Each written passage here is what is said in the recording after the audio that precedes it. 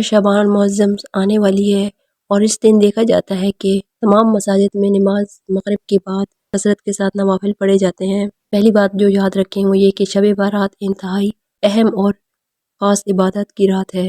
اس رات میں زندگیوں کے بارے میں فیصلے کیے جاتے ہیں۔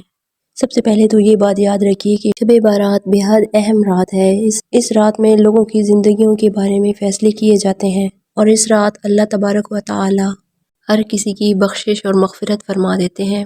اللہ تبارک و تعالی ہمیں اس مبارک رات کے صدقے ہماری بخشش و مغفرت فرمائے۔ اللہ تبارک و تعالی اس رات کی برکتیں ہمیں نصیب عطا فرمائے۔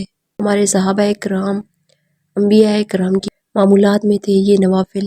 نماز مغرب میں فرض، سنت اور نفل ادا کرنے کے بعد 6 رکعت نماز نوافل ادا کیے جائے۔ 2 رکعت کر کے اپنے 6 یہ نوافل ادا کرنے ہیں۔ پہلے جو 2 رکعت نماز پڑھنی ہے اس میں اس چیز کی نیت کرنی ہے کہ اللہ پاک مجھے دراز عمر نصیب عطا فرمائے، اور دوسری جو 2 رکعت نماز اس نیت سے ادا کرنی ہے کہ یا اللہ مجھے ان 2 رکعت نماز نیتوں کے برکت سے مجھے آفات و بریات سے محفوظ فرمائے۔ پھر تیسری جو 2 رکعت نماز ادا کرنی ہے اس میں اس چیز کی نیت کرنی ہے کہ یا اللہ پاک اس 2 رکعت نیت کے صدقے، اس 2 رکعت نماز نیت کی برکت سے مجھے صرف اپنا ہی محتاج رکھنا، دنیا میں کسی کا بھی محتاج نہ ہونے دینا۔ اور یہاں پر آپ کو یہ بھی بتاتے چلوں کہ جب آپ نے 2 رکعت نماز نفل پڑھنے ہیں، ہر 2 رکعت نماز نفل میں سورۃ الفاتحہ کے بعد رکعت میں 3 مرتبہ سورۃ الاخلاص پڑھ لیں، اور اس سورۃ الاخلاص پڑھنے کا ثواب آپ کو پورا قرآن پاک پڑھنے کے برابر اس کا ثواب ملے گا۔